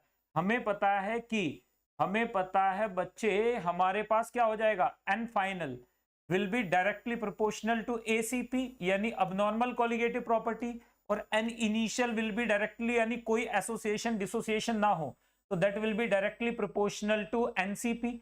तो यहां से आप क्या बोल सकते हो? यहां से आप बोल सकते हो I equals to n final, बहुत ध्यान से देखना, upon n initial, that will be equal to m normal, यानी molar mass of solute normal upon molar mass of solute abnormal, and that will be equal to ACP upon NCP। इसका मतलब हमारे पास क्या आ जाएगा? relative lowering in vapor pressure abnormal upon relative lowering in vapor pressure normal, that will be equal to del TB abnormal upon नीचे क्या आ जाएगा, del TB नॉर्मल। सही बात है बिल्कुल, बस एक जगह नॉर्मल अपॉन अबनॉर्मल है मास में, बाकी कहीं नहीं आएगा। del TF क्या आ जाएगा, अबनॉर्मल अपॉन नीचे क्या आ जाएगा, del TF नॉर्मल, ये आ जाएगा। That will be equal to हमारे पास pi abnormal upon pi normal. तो दिस इज कॉल्ड, इसे कहते हैं बच्चों, ये है आपका वेंट ऑफ फैक्टर। तो आप इसे किसी भी तरीके से निकाल सकते हो, वेंट ऑफ फैक्टर को आप किसी भी तरीके से निकाल सकते हो। तो वेंट ऑफ फैक्टर आप एक बार देख लीजिए, बड़े स्पेक्ट्रम में अगर आप वेंट ऑफ फैक्टर को देखेंगे तो हमारे पास ये सारी चीजें अभी मैं कराऊंगा आपको, पाई अबनॉर्मल, डेल पी यानी relative lowering in vapour pressure, ये क्या होता है ये सब मैं कराऊंगा। अभी तो हम सिर्फ डेफिनेशन पढ़ रहे हैं, दोबारा फिर बताया जाएगा एक बार डेरिवेशन कराने के बाद में। तो यहां से देखते जाएं। अब हम एक बार क्यों ना आई को पढ़ लेते हैं। आई हमारे पास क्या हो जाता है बच्चे, अगर मैं वेंट ऑफ फैक्टर पढ़ें तो हमारे पास क्या आ जाएगा, went Hoff factor for dissociation और एसोसिएशन। तो इसमें हमारे पास आ जाएगा सबसे पहले went Hoff factor, went Hoff factor for dissociation. Dissociation के लिए वेंट ऑफ फैक्टर लेकर चलो, तो डिसोसिएशन के लिए वेंट ऑफ फैक्टर लेकर चलते हैं अपन। चलो डिसोसिएशन हो रही है हमारे पास, यानी हमने क्या ले लिया, आई डिसोसिएशन, आई डिसोसिएशन हम लेकर चल रहे हैं। तो वेंट ऑफ फैक्टर यानी डिसोसिएशन के लिए वेंट ऑफ फैक्टर क्या आ जाएगा, इस पे बात कर लेते हैं।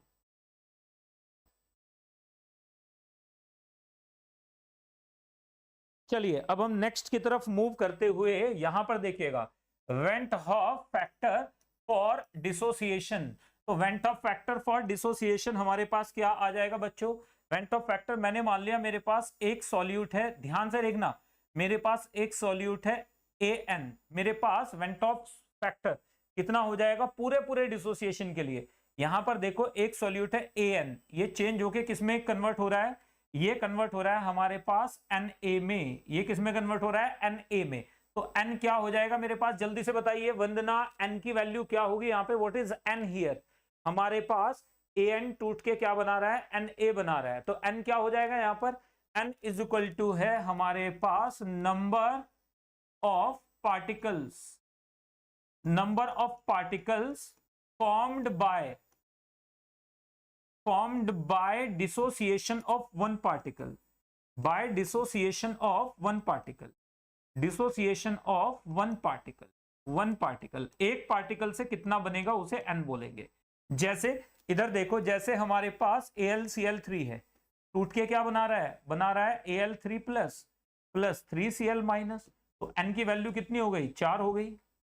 अगर मैं बोलूं मेरे पास क्या है, CaCl2 है, टूट के क्या बना देगा, Ca2 प्लस 2Cl माइनस, तो n की वैल्यू 3 हो गई। मेरे पास NaCl है, NaCl टूट के क्या बना देगा, टूट के बना देगा Na प्लस Cl माइनस, तो मेरे पास n की वैल्यू कितनी हो गई, n की वैल्यू 2 हो गई। यहां पर देखो अगर मेरे पास क्या हो जाए K2SO4, तो यहाँ पे देखो 2K positive plus SO4 minus, तो n की वैल्यू कितनी हो गई, 3 हो गई। अगर मेरे पास Al2SO4 होल थ्राइस हो, टूट के क्या बना रहा है, 2Al3 प्लस 3SO4 2 माइनस, तो n की वैल्यू 5 हो गई। मेरे पास क्या है, K4FeCN6 है, K4FeCN6 है, ये क्या बना रहा है, टूट के बना रहा है 4K positive plus FeCN6 4 minus, CN6 4 minus, तो n की वैल्यू 5 हो गई। मेरे पास क्या है,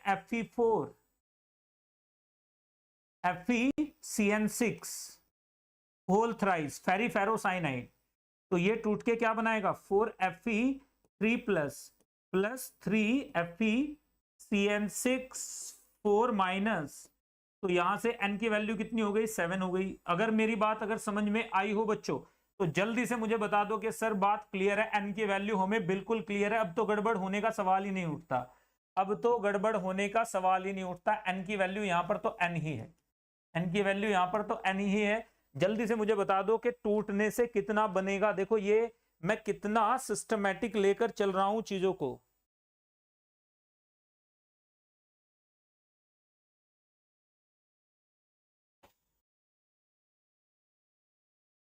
बहुत सिस्टमेटिक चल रहे हैं अपन। आपको n की वैल्यू क्लियर है, n का मतलब है यहाँ पर एक मॉलिक्यूल से कितने मॉलिक्यूल बनेंगे, एक मोल से कितने मोल बनेंगे, एक आयन से कितने आयंस बनेंगे, एक पार्टिकल से कितने पार्टिकल बनेंगे, दैट इज कॉल्ड n। उसे कहते हैं हम क्या बोलेंगे उसे, दैट इज कॉल्ड n, यानी number of particles formed after dissociation of one particle.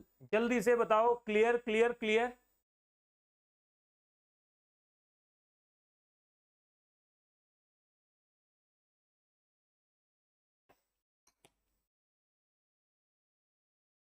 देखो हम क्या करते हैं, कॉलिगेटिव प्रॉपर्टीज पहले पढ़ लेते हैं और वेंट ऑफ फैक्टर बाद में पढ़ लेते हैं। It's a blunder. Colligative properties पढ़ने से पहले वेंट ऑफ फैक्टर पढ़ना चाहिए आपको, तभी बात बनेगी। अगर आपने कॉलिगेटिव प्रॉपर्टीज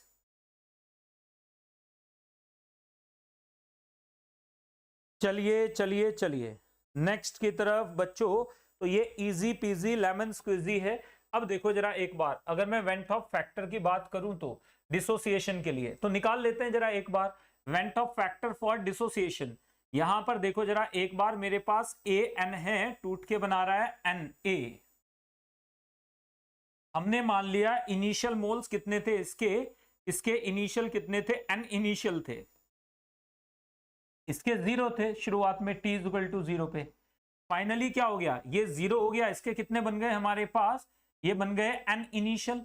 तो हमारे पास मैंने मान लिया डिग्री ऑफ डिसोसिएशन हमारे पास कितनी हो गई, अल्फा हो गई।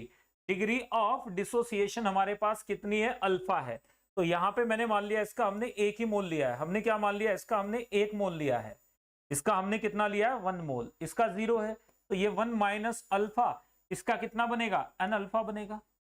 तो ये t is equal to T पे आ गया हमारे पास फाइनल। तो हमारे पास n इनिशियल हमें पता चल गया ये है, n फाइनल हमारे पास कितना हो जाएगा बच्चे, n फाइनल हो जाएगा 1 माइनस अल्फा यहां से और प्लस n अल्फा यहां से, ये आ जाएगा। तो हमारे पास ये कितना हो जाएगा, 1 माइनस अल्फा इंटू अल्फा, ये आ जाएगा 1 plus n minus 1 into alpha, ये आ जाएगा हमारे पास n फाइनल। तो वेंट ऑफ फैक्टर निकालो, i इज इक्वल टू मेरे पास कितना आ गया, n final upon n initial. रख दो value 1 plus n minus 1 into alpha upon 1। तो i की वैल्यू मेरे पास कितनी आ गई, 1 plus n minus 1 into alpha. तो आप जरा ध्यान से देखो, y equals to m x plus c है ये ग्राफ। ये ग्राफ कौन सा है, y equals to m x plus c graph है। y इक्वल्स टू क्या है, mx प्लस सी। क्लियर है बात बिल्कुल। अब मुझे साफ साफ दिख रहा है बच्चों, देखो यहां से मजेदार बात, यहां से आपको क्लियरली नजर आ रही है। अगर हमारे पास i मिनिमम कितना हो जाएगा, i मिनिमम हो जाएगा 1, कब, जब अल्फा 0 हो जाए। और i मैक्सिमम कितना हो जाएगा, i मैक्सिमम हो जाएगा n, कब, जब अल्फा 1 हो जाए। अगर अल्फा नहीं दिया गया है तो अल्फा को 1 लेके चलेंगे इलेक्ट्रोलाइट के केस में। NaCl के केस में, KCl के केस में अगर ना दिया गया हो तो याद रखना है उस केस में अल्फा को 1 मान के चलेंगे। KCl के केस में, K2SO4 के केस में, सॉल्ट्स के केस में आप अल्फा को 1 लेकर चलेंगे अगर आपको अल्फा नहीं दिया गया है। अगर अल्फा दिया गया है तो फिर तो टेंशन ही नहीं है, लेकिन अगर दिया गया है तो आप ये लेकर, अगर नहीं दिया गया तो 1 मान लो, दिया गया तो फिर तो वही लोगे। तो यहां से हमें साफ साफ दिख रहा है बच्चे कि मेरे पास अगर मैं किसके लिए लेकर चलूं, अभी मैं टेबल बनाऊंगा, उससे पहले जरा एक बार ग्राफ देख लो यहाँ पर, उससे पहले जरा एक बार ग्राफ को देखोगे तो समझ में आएगा। यहाँ पर मैंने क्या लिया है, आई, और यहाँ पर क्या लिया मैंने, अल्फा। तो नोट करिएगा, आई अल्फा 1 से शुरू होगा, आई 1 से शुरू होके यूं जाएगा और यहाँ पर जाकर खत्म हो जाएगा। क्यों खत्म हो जाएगा, क्योंकि अल्फा की वैल्यू यहाँ पर 1 हो गई, यहाँ पे अल्फा इज इक्वल टू 1 हो गया। तो आई की मैक्सिमम वैल्यू कितनी हो जाएगी, n हो जाएगी। यानी i 1 से शुरू होके n पे खत्म, i 1 से शुरू होके n पे खत्म हो जाएगा। i 1 से शुरू होके कहां पे खत्म हो जाएगा, n पे खत्म हो जाएगा। Easy peasy lemon squeezy. एक बार फिर से देख लीजिए, i 1 से शुरू होके कहां पे खत्म हो जाएगा, n पे खत्म हो जाता है। तो ये बात याद रखिएगा कि i हमारे पास क्या हो जाएगा, लेस देन और equal to n, but greater than और इक्वल टू 1 हो सकता है i। हमेशा याद रखिएगा, ये बात दिमाग में डाल के रखनी है। मैक्सिमम इतना है, मिनिमम इतना है, इससे छोटा नहीं हो सकता, इससे बड़ा नहीं हो सकता। डिसोसिएशन के लिए ये फंडा है। तो नोट कर लीजिएगा ये बात, आपको अगर क्लियर आ रही हो तो। अब देखो अगर मैं अलग अलग सॉल्यूट्स के लिए बना दूं तो अलग अलग हो जाएगा यार ये तो। अगर आपने नोटिस किया हो तो देखो यहाँ पर जरा एक बार मैंने यहाँ पर क्या लिया, सॉल्यूट लिया, यहां पर मैंने क्या लिया आई, यहां पर मैंने क्या ले लिया आई मैक्स। तो आई मैक्स को भी मैं दिखाऊंगा आपको। देखो सॉल्यूट मैंने लिया है यहाँ पर NaCl, सॉल्यूट मैंने लिया है NaCl। तो आई मेरे पास क्या हो जाएगा 1 प्लस अल्फा। क्यों? क्योंकि n की वैल्यू 2 है। यहां पर आई मैक्स कितना हो जाएगा, आई मैक्स हो जाएगा 2, आई मैक्स हो जाएगा 2। नेक्स्ट में आ जाओ, अगर मैंने क्या ले लिया है CaCl2 लिया है तो आई की वैल्यू क्या हो जाएगी 1 प्लस 2 अल्फा। देखो स्लोप बदल गया, यहाँ पे स्लोप 1 था, यहाँ पे स्लोप 2 हो गया। यहाँ पर आई कितना हो जाएगा, आई मैक्स हमारे पास यहाँ पर आ जाएगा 3। आगे बढ़ जाते हैं, अगर मैंने AlCl3 लिया तो आई की वैल्यू कितनी हो जाएगी 1 प्लस 3 अल्फा हो जाएगा। यहाँ पर आई मैक्स कितना हो जाएगा मेरे पास, दैट विल बी 4। नेक्स्ट पे आ जाते हैं, अगर मैं यहाँ पर क्या ले लूं K2SO4 यानी K3PO4 होल ट्वाइस ले लूं, K3PO4 ले लूं, तो मेरे पास आई की वैल्यू कितनी हो जाएगी 1 प्लस 4 अल्फा हो जाएगी। यहाँ पे नजर आ ही रहा होगा आपको 1 प्लस 4 अल्फा। A3 ये नहीं K3 ये गलत है, दिस इज रॉन्ग। तो 1 प्लस 4 अल्फा के लिए तो आई की वैल्यू 5 होनी चाहिए ना, तो दिस इज नॉट करेक्ट।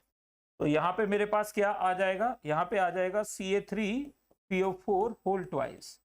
इसके लिए देखो ये आ जाएगी वैल्यू, यहाँ पे आई मैक्स कितना हो जाएगा, आई मैक्स हो जाएगा 5 एंड सो ऑन। आपको नजर आ ही रहा होगा यहाँ से, अगर मेरे पास क्या हो जाए AXBY हो जाए तो यहाँ पर आई की वैल्यू कितनी हो जाएगी, i will be equal to 1 plus कितना हो जाएगा x प्लस वाई माइनस 1, कितना हो जाएगा x प्लस वाई माइनस 1 यानी n minus 1 into alpha, minus 1 into alpha. और यहाँ पे आई मैक्स कितना हो जाएगा, आई मैक्स हो जाएगा x प्लस वाई। तो क्लियर है बात बिल्कुल। अगर समझ में आ गया हो तो मुझे बताइएगा, जरा ध्यान से देखो। यहां पर मुझे एक बात तो क्लियरली नजर आ रही है कि सर यहां पर तो क्वेश्चन नीट में थोड़ा और अच्छा बन सकता है। अगर बनाने वाला अच्छा होगा तो देखो 1 से शुरू होगा, एक ये आ गया, एक ये आ गया, एक ये आ गया, एक ये आ गया। तो यहाँ पे हमें साफ साफ दिख रहा है ये क्या हो जाएगा, ये हो जाएगा Ca3PO4 होल ट्वाइस। ये क्या हो जाएगा AlCl3, ये क्या हो जाएगा CaCl2, ये क्या हो जाएगा NaCl। स्लोप देखो, स्लोप चेक कीजिएगा। आप क्या चेक करोगे, स्लोप चेक करोगे। क्या चेक करोगे, चेक स्लोप। आप ध्यान से देखो, चेक स्लोप, SLOPE स्लोप। तो आपको आई की वैल्यूज नजर आ जाएंगी। आप स्लोप चेक करोगे, ये 2 पे ही जाके मैक्सिमम हो जाएगा।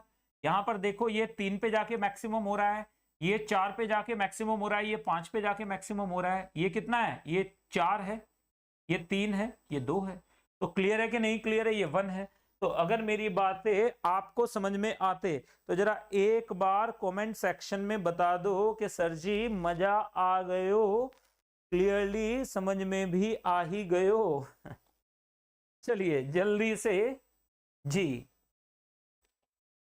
अब अगर मैं कोटा में खिड़की से बाहर भी देखता हूं ना बच्चों, तो मुझे आप जैसे धुरंधर नजर आते हैं चलते हुए सड़कों पे। तो ये वो है जो भारत का भविष्य है।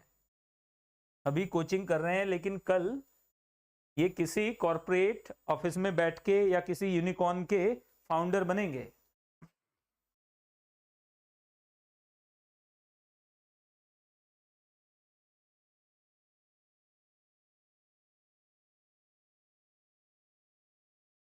चलिए, तो अलवीना को भी समझ में आ गया है। Alvina thank you very much. तो और भी कौन कौन है, देखो बहुत आराम से। नीट में क्या होता है, हमारा टारगेट है बिना फर्जीवाड़े के 720 में से 720 लाना। उसके लिए क्या जरूरी है कि आपको सारी चीजें ढंग से पढ़ा दी जाए। तो अगर आपको ये बता दिया जाए कि ये ऐसे होता है, ये ऐसे होता है, ये ऐसे होता है, तो अलवीना कौसर है ना, आपने गाहे बगाहे चलिए आपने ज्वाइन तो किया कम से कम। आई वॉज वेटिंग कि आप भी कम से कम क्लास में, रेगुलर क्लासेस में आप आएंगे तो you will feel the difference, क्योंकि आपके प्रॉब्लम्स यहीं पे मैं एड्रेस करूंगा। एक चीज और भी बता दूं मैं, क्लास में वंदना, अलवीना कौसर, अक्षत, अलवीना ने आज पहली बार ज्वाइन किया है, हालांकि पुराने स्टूडेंट में है, प्रथम नया स्टूडेंट है, दीक्षा बहुत होशियार बच्चों में से है। ये सारे बच्चे जो भी हैं, इनसे मैं एक चीज बार बार बोल रहा हूं, इसको प्लीज ध्यान दीजिएगा, रेगुलर क्लासेस में लाइव आना जरूरी है। आप देखेंगे 10:45 पे there will be live class.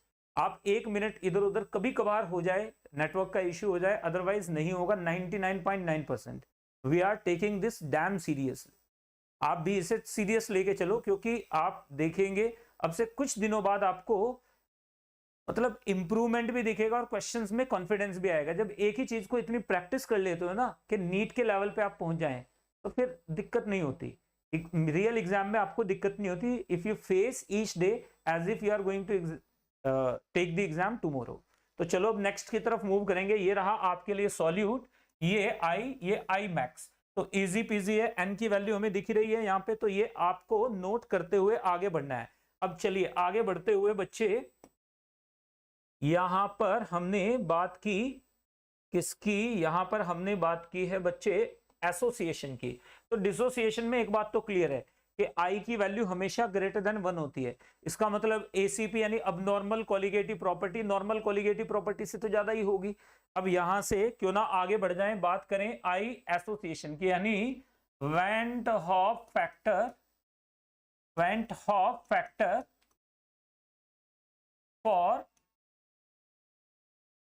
For association.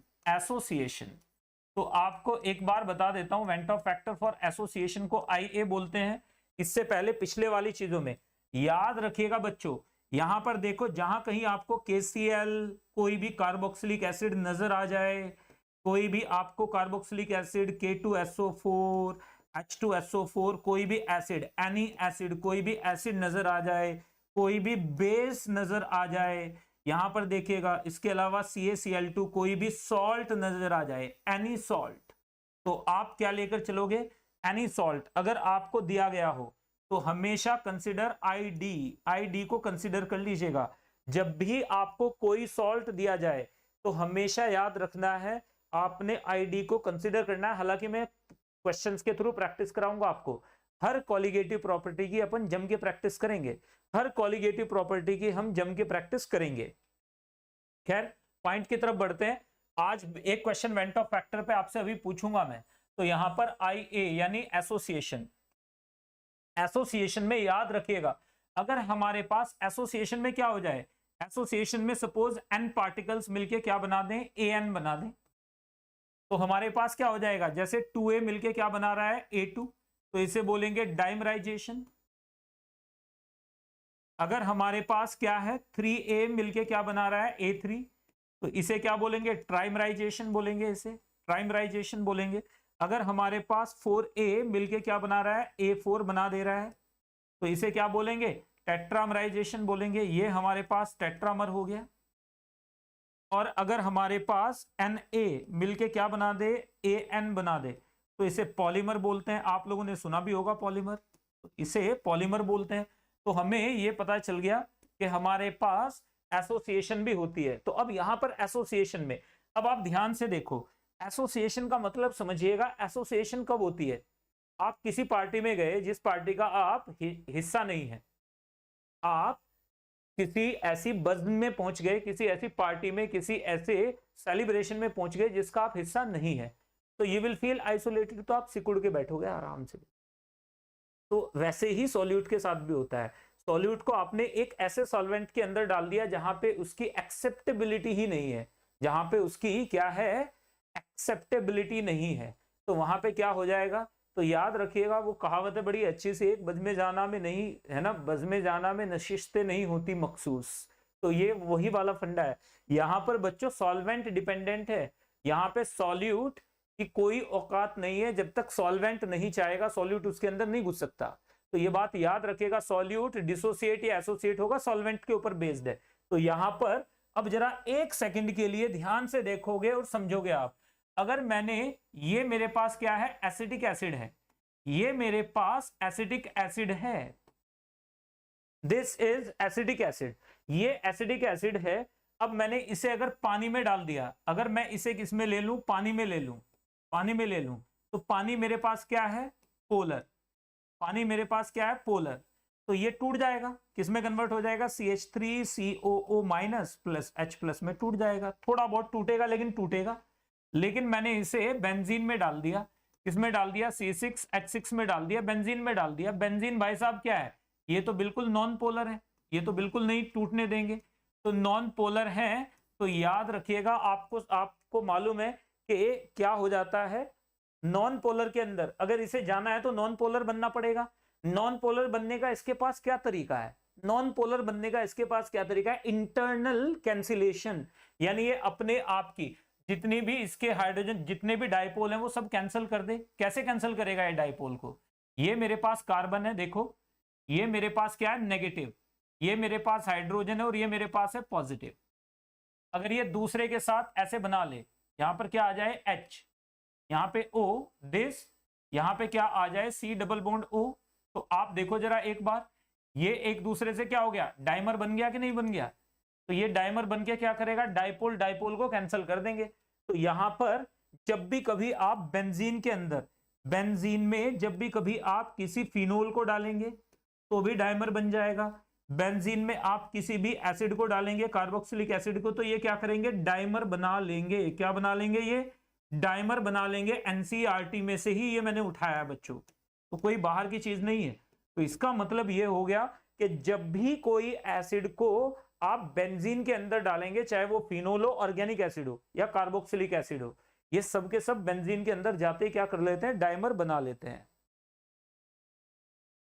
हाँ, मैं आपको दिखा दूंगा, ये पेयर मैं आपको बता दूंगा, एनसीईआरटी में से है ये सब। तो एनसीईआरटी तो आपको ये जो एग्जांपल मैं दे रहा हूं, ये एग्जांपल स्टैंडर्ड एग्जांपल्स हैं, इन्हें आपको याद रखना पड़ेगा तभी बात बनेगी, ठीक है। तो चलिए अब जल्दी से,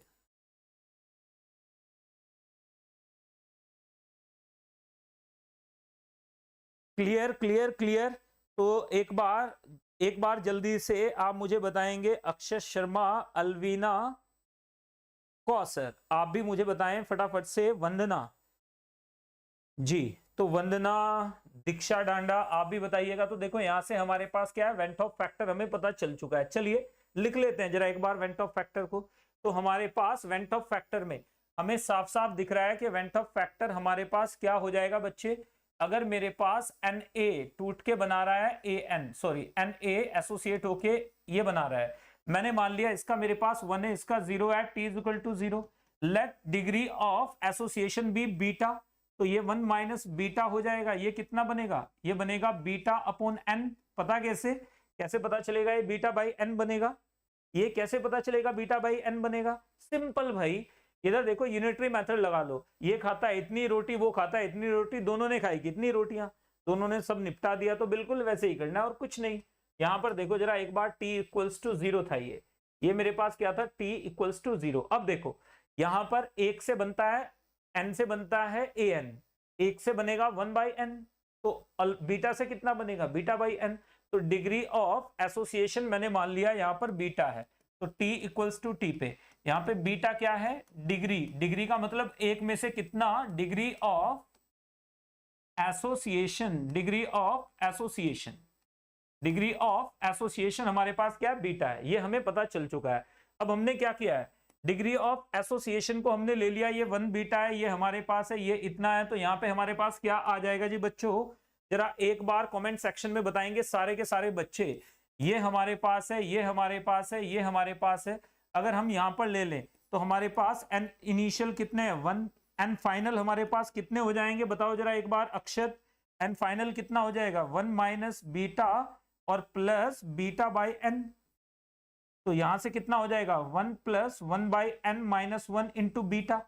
तो यहां तो स्लोप नेगेटिव आ गया, अल्फा बढ़ेगा तो आई घटेगा, तो यहां से हमारे पास I association is equal to कितना हो जाएगा, this will be 1 plus 1 by n minus 1 into beta. ये आ गया हमारे पास, हमें साफ साफ दिख रहा है बीटा बढ़ेगा तो आई घटेगा, इसका मतलब आई मैक्सिमम कब होगा, आई मैक्सिमम विल बी 1, कब, जब बीटा 0 हो जाए, और आई मिनिमम कितना हो जाएगा, that will be 1 by n, ये कब हो जाएगा, जब बीटा 1 हो जाए, कंप्लीट एसोसिएशन और डिसोसिएशन हो जाए।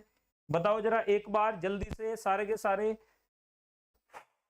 जल्दी से आप मुझे यहां पर इत्तला कर दें ताकि हम आगे की चीजों में मुब्तला हो जाएं जी।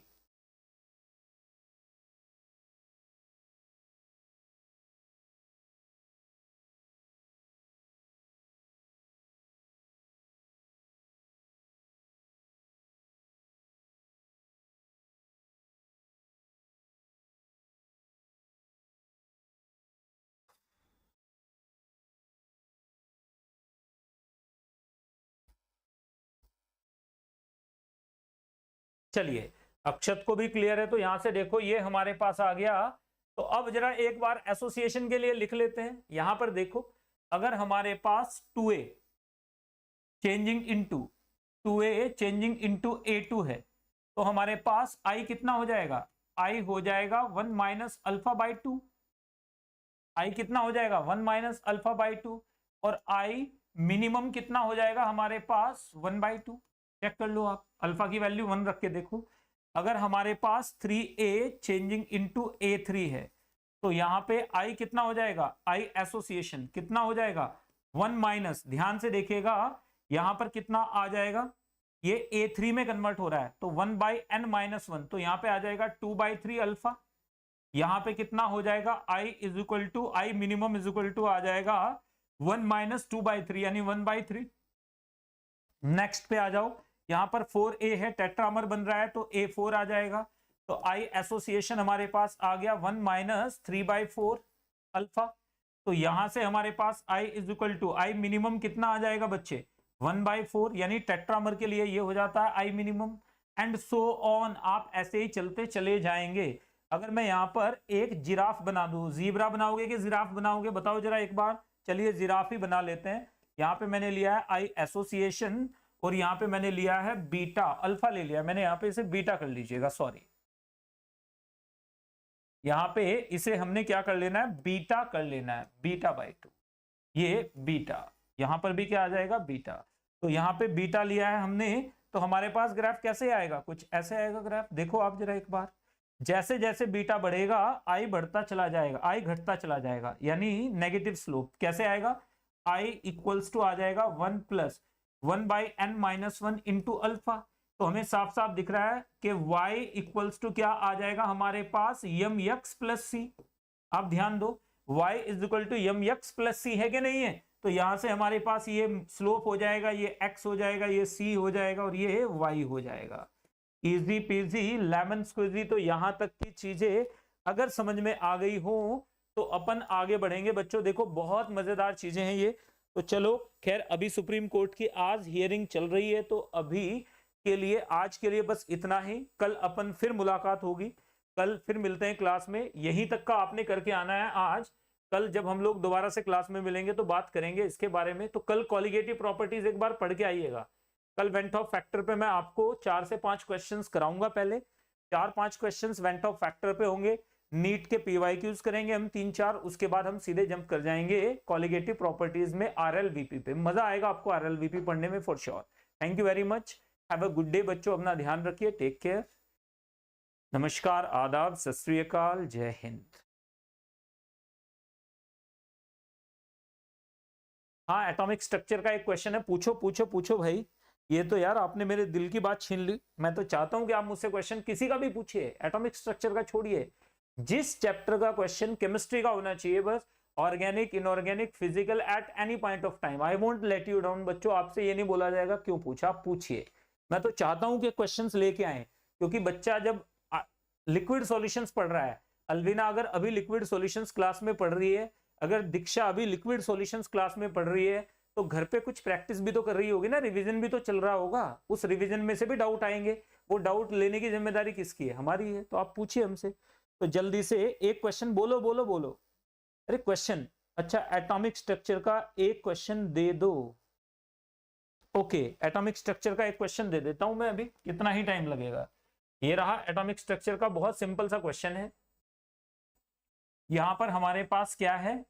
Frequency of electronic revolution. भाई एक मिनट रुक जाइएगा।